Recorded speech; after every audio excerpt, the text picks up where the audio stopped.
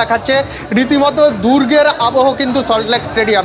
আমরা রয়েছি সল্টলেক বিবেকানন্দ যুব ভারতী স্টেডিয়ামের ভিআইপি গেটের সামনে এবং যে কারণটা গতকাল তোলা হয়েছিল পুলিশের তরফ থেকে বলা হয়েছিল উপযুক্ত নিরাপত্তা ব্যবস্থা দেওয়া। আমরা এমন কিছু করব না যার জন্য আজকে ইস্টবেঙ্গল মোহনবাগানের একটা সারা এশিয়ার সবচেয়ে ঐতিহাসিক ডার্বি সেটা আজকে বন্ধ হয়ে গেল। 66,000 লোক, অথচ কোটি কোটি লোক টিভিতে খেলা দেখা থেকে বঞ্চিত হলো, যেটা ঐতিহাসিক ডুরান্ড কাপ। আমি বলবো এটা আমাদের সবার পক্ষে লজ্জার। কি লজ্জার কিনা একটা কথা পরে জিজ্ঞেস করবেন না, সবার সামনে জিজ্ঞেস করতেই পারি, অন প্রেস সবার সামনে জিজ্ঞেস করতেই পারি। আমাদের ডার্বিটা যেই কারণে ক্যান্সেল হলো, পর্যাপ্ত পুলিশ দেওয়া ছিল না বলে অল ওভার এশিয়াতে আমাদের স্টেটের জন্য এটা কি ভালো খবর যে আমাদের পুলিশ প্রোটেকশন পাচ্ছে না বলে একটা খেলা হতে পারছে না অল ওভার স্টেটে? ভালো খবর পুলিশের জায়গায় দাঁড়িয়ে আপনারা পুলিশের জায়গায় এগুলো বলা আছে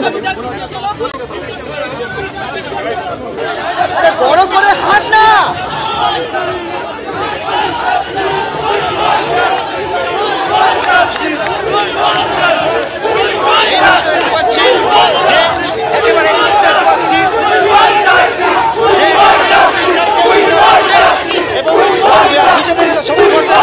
দাঁড়িয়েছেন এখানে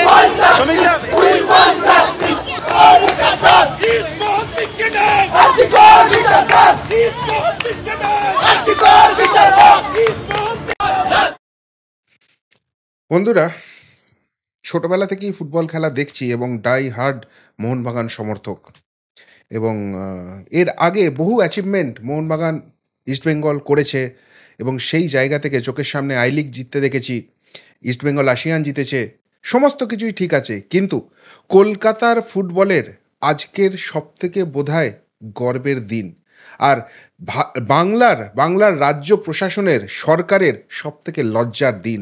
আজকে মোহনবাগান, ইস্টবেঙ্গল, মোহামেডান সমর্থকরা মিলে এই রাজ্য সরকার কতখানি নির্লজ্জ, কতখানি নির্মমতায় ভরা, আজকে সেটা প্রমাণ করে দিল। এবং তার থেকেও বেশি যে জিনিসটা প্রমাণিত হয়ে গেল যে দিদিমণি বুঝতে পেরেছেন দিন শেষ, নবান্ন ছেড়ে পালাতেই হবে। এইভাবে কণ্ঠরোধ করে তিনি কিচ্ছু করতে পারবেন না। তিনি দুষ্কৃতীদের বাঁচিয়ে এইভাবে রাজ্যটাকে জঙ্গলরাজ করতে চাইছেন, কিন্তু বাংলা এবং বাঙালি সেটা করতে দেবে না। ভাগ মমতা ভাগ, এই যে ডাক, এটা এবার জোরদার আরও হবে এবং নবান্ন ছেড়ে পালাতেই হবে। কতখানি নির্লজ্জ, কতখানি নির্মমতায় ভরা, কতখানি ভয় পেয়েছে এই রাজ্য সরকার দেখুন। ন্যাকামি করে বলছে আজকে পুলিশ প্রোটেকশন দিতে পারবে না বলে কলকাতার ডার্বি নাকি ক্যান্সেল হয়ে গেছে।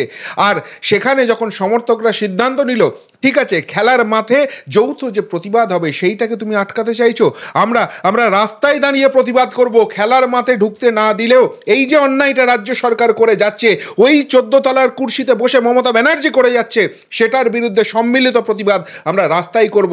তখন কোটি কোটি পুলিশ দিয়ে সেই জায়গাটাকে ঘিরে দিয়ে পুলিশি অত্যাচার করে প্রিজন ভ্যানে এই ক্রীড়াপ্রেমী, এই ফুটবলপ্রেমী সমর্থকদের তুলে নিয়ে গিয়ে ভয় দেখিয়ে তাদের লাঠি পেটা করে কণ্ঠরোধ করার চেষ্টা করছে। ভয় পেয়েছেন আপনি মমতা বন্দ্যোপাধ্যায়, গদি ছাড়ুন। দফা 1 দাবি 1 মমতার পদত্যাগ, এই দাবি আজকের পর আরও সোচ্চার হলো। আরজিকর কাণ্ড শুধুমাত্র জ্বালা মুখটা খুলে দিয়েছে। কি নৈরাজ্য পশ্চিমবঙ্গে চালাচ্ছেন, কোন জঙ্গলরাজ চালাচ্ছেন, এটা গোটা বিশ্বের সামনে আজকে আবারও প্রমাণিত হয়ে গেল। আজকে শুধুমাত্র মোহনবাগান বা ইস্টবেঙ্গল সমর্থক নন, মোহামেডান সমর্থক যাদের আজকে খেলা ছিল না, যারা ডুরান্ড কাপ থেকে ছিটকে গেছে, কিন্তু তা সত্ত্বেও তারাও আজকে পায়ে পা মিলিয়েছেন, কাঁধে কাঁধ মিলিয়েছেন এবং যে ডাকটা গোটা বাংলা শুনতে চাইছিল কাঁধে কাঁধ মিলিয়ে, আরজি করের ওই বোনটির জন্য জাস্টিস, যেটা এই রাজ্য সরকার তো দিতে পারেনি। উল্টে যারা এই অন্যায়টা করেছে, যারা এই দুর্বৃত্তের কাজটা করেছে, তাদেরকে বাঁচানোর চেষ্টা করেছে, সেই সমস্ত কিছুর বিরুদ্ধে আজকে সল্টলেক স্টেডিয়ামের বাইরে দেখিয়ে দিল গোটা বাংলা যে এই সরকার বিদায় নিক, এই শাসক কি অপশাসন করছে তার থেকে বাংলা মুক্তি চায়। নমস্কার প্রিয় বন্ধু, মিডিয়ায় আপনাদের স্বাগত এবং আপনারা দেখছেন প্রিয় বন্ধু বাংলা, সত্যের সন্ধানে সর্বদা আমি শুদ্ধশীল। বন্ধুরা, আজকে ডুরান্ড কাপে একটা গুরুত্বপূর্ণ ম্যাচ ছিল এবং মোহনবাগান ইস্টবেঙ্গল ডার্বি মানেই সবসময় সেখানে একটা টেনশনের চোরাস্রোত থাকে এবং গতকালই একটি প্রতিবেদন আপনাদের বলছিলাম যে এবারে কিন্তু সেই টেনশনটা আরও বেশি ছিল। যদি খেলার দিক থেকে দেখা যায়, বিভিন্ন রকম যে দুই দলের সমর্থকদের টানা পড়েন, সেই জায়গা থেকে খুব ইন্টারেস্টিং জায়গা এবং আজকে যারা হারতো তারা কিন্তু এই টুর্নামেন্ট থেকে ছিটকে যেত। ফলে সেই জায়গা থেকে কিন্তু আজকের ম্যাচটা অত্যন্ত গুরুত্বপূর্ণ ম্যাচ ছিল একটা, সেটা নিয়ে টেনশন ছিল।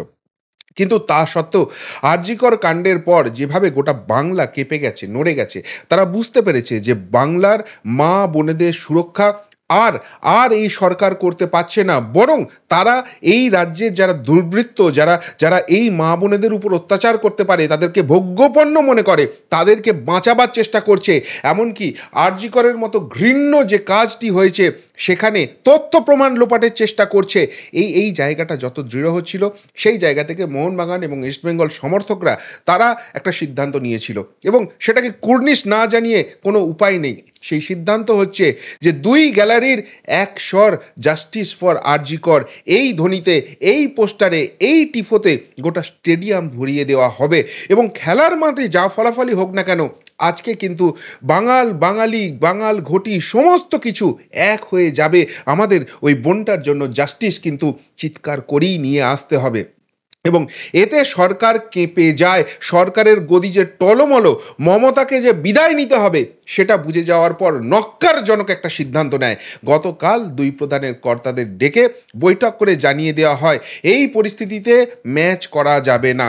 অফিসিয়াল রিজন দেখানো হয় এখানে নাকি পুলিশ প্রোটেকশন দেওয়া যাবে না। আনঅফিসিয়ালি, যেটা সকলেই জলের মতো স্পষ্ট বুঝতে পারছে যে এখানে মাঠে জয় মোহনবাগান, জয় ইস্টবেঙ্গল ধ্বনি উঠবে না, উঠবে জাস্টিস ফর আরজিকর। এবং সেই যে ধ্বনি, সেই গোটা যুবভারতী যখন ভর্তি থাকবে, তাদের সম্মিলিত চিৎকার সেটা নবান্ন 14 তলায় বসে গদি টলমলো করে দেবে। নবান্ন থেকে ছুটে পালাতে হবে, আর তাই রিস্ক নিতে পারেনি, এদেরকে আটকাতে হবে। এবং কতখানি অপদার্থ, ব্যর্থ সরকার, ব্যর্থ প্রশাসক মমতা ব্যানার্জি একবার দেখে নিন, যে লজ্জা করা দরকার। সেখানে বলছে পুলিশ প্রোটেকশন দিতে পারবো না, সেই জন্য একটা খেলা অ্যারেঞ্জ করতে পারছি না। ছি। কোন জায়গায় নিয়ে গেছে রাজ্য পুলিশকে, কোন জায়গায় নিয়ে গেছে কলকাতা পুলিশকে, বিধাননগর পুলিশ কমিশনারেটকে। এরপরে ভেবেছিল যে এই জায়গা থেকে তাহলে এই প্রতিবাদটা বন্ধ করে দেওয়া যাবে, কিন্তু তারপরেই সমর্থকরা সিদ্ধান্ত নেন যে আজকে তারা যেহেতু খেলার মাঠে ঢুকতে দেওয়া হবে না, খেলা বন্ধ করে এই প্রতিরোধকে বন্ধ করার চেষ্টা করা হবে। তাই সমস্ত সমর্থক আজকে যাবেন যুবভারতী স্টেডিয়ামে, সল্টলেক স্টেডিয়ামে, এবং তার বাইরে দাঁড়িয়ে চিৎকার করে প্রতিবাদ করবে। রাজ্য সরকারকে চোখে আঙুল দিয়ে দেখিয়ে দেবে তারা কতখানি অপদার্থ, ব্যর্থ, এবং আরজিকরের জন্য জাস্টিসের দাবি করবে। এই দাবি এই জিনিস যখন সোশ্যাল মিডিয়া স্প্রেড হতে শুরু করে, দুদলের সমর্থকদের উৎসাহ ছিল চোখে পড়ার মতো, আর তাতে ভয় পেয়ে যায় মমতা পুলিশ। চটিচাটা পুলিশ ফোন করে সমর্থকদের থ্রেট করতে শুরু করে যে আপনারা এরকম করছেন, আমরা খবর পাচ্ছি, আপনারা যাবেন না। সেই অডিও কলও কিন্তু ভাইরাল হয়েছে, কিন্তু তারপরেও সমর্থকরা পিছিয়ে আসে না, কেননা তারাও বুঝতে পেরেছে এই সরকার ভয় পেয়েছে। এই অপদার্থ, ব্যর্থ সরকার মানুষের প্রোটেকশন দিতে পারে না, পুলিশ প্রোটেকশন দিতে পারে না, আমাদের আরজিকরের বোনটাকে বাঁচাতে পারে না। এরা শুধু ধমকানি চমকানি দিয়ে এই সরকারটাকে টিকিয়ে রেখেছে এবং মানুষের কণ্ঠরোধ করে যাচ্ছে। এদেরকে না তাড়াতে পারলে, এদেরকে নবান্ন থেকে না ছুট কাটাতে পারলে এর থেকে পরিত্রাণ নেই, এর থেকেও ভয়ঙ্কর দিন বাঙালিকে দেখতে হবে। আর তাই সেই পুলিশের থ্রেটকে উপেক্ষা করে সেখানে কিন্তু কাতারে সমর্থকরা পৌঁছতে শুরু করেন। কিন্তু পুলিশ আবারও আবারও একটা নক্কারজনক কাজ করে। কিছু অডিও কল শুনিয়ে, অডিও ক্লিপ শুনিয়ে বলে যে এইখানে দুষ্কৃতীরা ঢুকে যেতে পারে, তারা হাঙ্গামা করতে পারে, সেই জন্য ওখানে ওই যেটা আগে আইপিসির 144 ধারা ছিল, এখন ভারতীয় ন্যায় সংহিতার 163 ধারা, সেইটা জারি করে দেয় স্টেডিয়ামের আশেপাশে এবং বলে সেখানে 5 জনের বেশি জমায়েত করতে পারবে না। আচ্ছা, অপদার্থ ব্যর্থ চটিচাটা পুলিশ, জবাব দিন। আপনারা যদি এই খবর পেয়ে থাকেন, এই অডিও ক্লিপ পেয়ে থাকেন এবং আপনাদের ইন্টেলিজেন্সের কাছে যদি রিপোর্ট থাকে যে ভেতরে ঢুকে কেউ গুন্ডামি বদমাইশি করতে পারে, কেন তাদেরকে অ্যারেস্ট করতে পারছেন না? কেন তাদেরকে আইডেন্টিফাই করতে পারছেন না? তাহলে মাইনেটা নিচ্ছেন কিসের জন্য? নাকি ওই নবান্ন থেকে অর্ডার এসছে চটি চাটতে হবে, তাই এই নিজেদের অপদার্থতা ব্যর্থতা সামনে এসে সেটাকে ঢাল করে এই প্রতিবাদকে আটকাবার চেষ্টা করছেন? সমর্থকরা স্টেডিয়ামের আশেপাশে পৌঁছন এবং দেখুন কি বিশাল বিশাল বিপুল পরিমাণ পুলিশ এখানে মোতায়েন করা আছে দুই দলের সমর্থকদের আটকাবার জন্য, এই প্রতিবাদকে, এই প্রতিরোধকে আটকাবার জন্য। যদি এত পুলিশ এইখানে এই অবস্থায় হাজির করাতে পারে, তাহলে মাঠের নিরাপত্তা দিতে পারলো না? মমতা ব্যানার্জি রিজাইন করুন, এই কারণে পুলিশ মন্ত্রী হিসেবে, মুখ্যমন্ত্রী হিসেবে আপনি রিজাইন করুন। আপনি কতখানি অপদার্থ ব্যর্থ যে পুলিশ দিয়ে সাধারণ মানুষ, যাদের হাতে ছাতা আর মোবাইল ছাড়া আর কোনো অস্ত্র নেই, যাদের কণ্ঠের জোর আছে যে অন্যায় করেছো, অন্যায়ের প্রতিকার করো, এই আওয়াজটা যাদের অস্ত্র, তাদেরকে আটকাবার জন্য আপনার এই বিশাল পুলিশ বাহিনী পাঠিয়েছেন। আর মাঠের খেলার নিরাপত্তা দিতে পারছেন না। এইখান থেকেই তো আপনার নির্লজ্জ, নির্মমতা, অপদার্থতা সমস্ত কিছু সামনে চলে আসছে, যে চক্রান্ত করে বাংলার ফুটবলকে, বাংলার ক্রীড়াপ্রেমীদের আপনি ধ্বংস করতে চাইছেন, সেইটা সামনে চলে আসছে। এই পুলিশের যদি সিকি ভাগও আপনি মাঠে মোতায়েন করতেন, এর থেকে অনেক সুষ্ঠুভাবে আজকে খেলা হতে পারত। আসলে ওটাকে ঢাল হিসেবে আপনি ব্যবহার করেছেন, পুলিশ প্রোটেকশন কোনো ইস্যুই ছিল না। এই যে দুই গ্যালারি এক হয়ে সমস্বরে প্রতিবাদ করবে, সেটা আপনার গদি টলমল করে দেবে। আপনার যে সুখের সাম্রাজ্য, সেটা আর থাকবে না। আপনি যে জঙ্গলরাজ চালাতে চাইছেন, আপনি যে শাসকের আইন চালাতে চাইছেন, সেটা চালাতে পারবেন না। এই ভয় থেকে আজকে আপনি ম্যাচ ক্যান্সেল করেছেন। এবং এরপর সমর্থকদের উৎসাহ দেখুন, একসঙ্গে মোহনবাগান, ইস্টবেঙ্গল, লাল হলুদ সবুজ মেরুন পতাকা পথপথ করে উঠছে। আর এখানেই ভয় পেয়ে গিয়ে পুলিশ এবার তাদের উপর লাঠিচার্জ শুরু করে, তাদেরকে টেনে হিঁচড়ে প্রিজন ভ্যানে তোলার চেষ্টা করে। এবং অভূতপূর্ব দৃশ্য, ডার্বির দিন, যেটা কল্পনাই করা যায় না। মোহনবাগান সমর্থককে পুলিশ মারতে আসছে, তাকে জড়িয়ে ধরে পিঠটা পেতে দিচ্ছেন ইস্টবেঙ্গল সমর্থক, বাঁচাচ্ছেন সেইতেই মোহনবাগানের বন্ধুকে। আবার যখন ইস্টবেঙ্গল সমর্থকদের উপর অত্যাচার হচ্ছে, মোহনবাগান সমর্থকরা ব্যারিকেড করে সেইখান থেকে আটকাবার চেষ্টা করছেন। আজকে দুই বাঙালি, ঘটি বাঙাল এক হয়ে গেছে এবং হয়ে গিয়ে সেখানে তারা প্রমাণ করছে যে আমাদের ওই বোনটা আমাদের সবারই। আজকে ঘটি বাঙাল আলাদা কেউ নয়, আজকে মোহনবাগান, ইস্টবেঙ্গল, মোহামেডান কেউ আলাদা নয়। সবাই একসঙ্গে এই অন্যায়ের প্রতিবাদ চায়। আর তাই এই পুলিশি অত্যাচারের পরে, এই পুলিশি নির্মমতা দিয়েও এই রাজ্য সরকার কিন্তু এই সম্মিলিত প্রতিবাদকে আটকাতে পারেনি।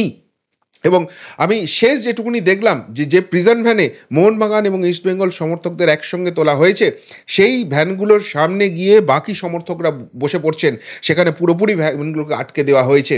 এই প্রতিবাদের জন্য পুলিশের এই যে মমতা পুলিশের নক্কারজনক জায়গা, সেই জায়গাটাকে তারা আটকে দিয়েছেন। কিন্তু সব মিলিয়ে একটা জিনিস স্পষ্ট হয়ে যাচ্ছে, যে এই সরকারের বিসর্জন শুধু সময়ের অপেক্ষা। এদের আর সরকারে বসার, সরকার চালানোর কোনো ন্যূনতম অধিকার নেই। এরা জোর করে গদি আঁকড়ে রেখেছে এবং এই বাংলা, এই বাঙালি এদেরকে তাড়াবে, সুষ্ঠু গণতান্ত্রিক উপায়েই তাড়াবে। কিন্তু এইভাবে দমন পীড়নের মাধ্যমে যদি মানুষের কণ্ঠরোধের চেষ্টা করে, তারপরেও গদি বাঁচাতে পারবে? সেটাই এখন লাখো টাকার প্রশ্ন।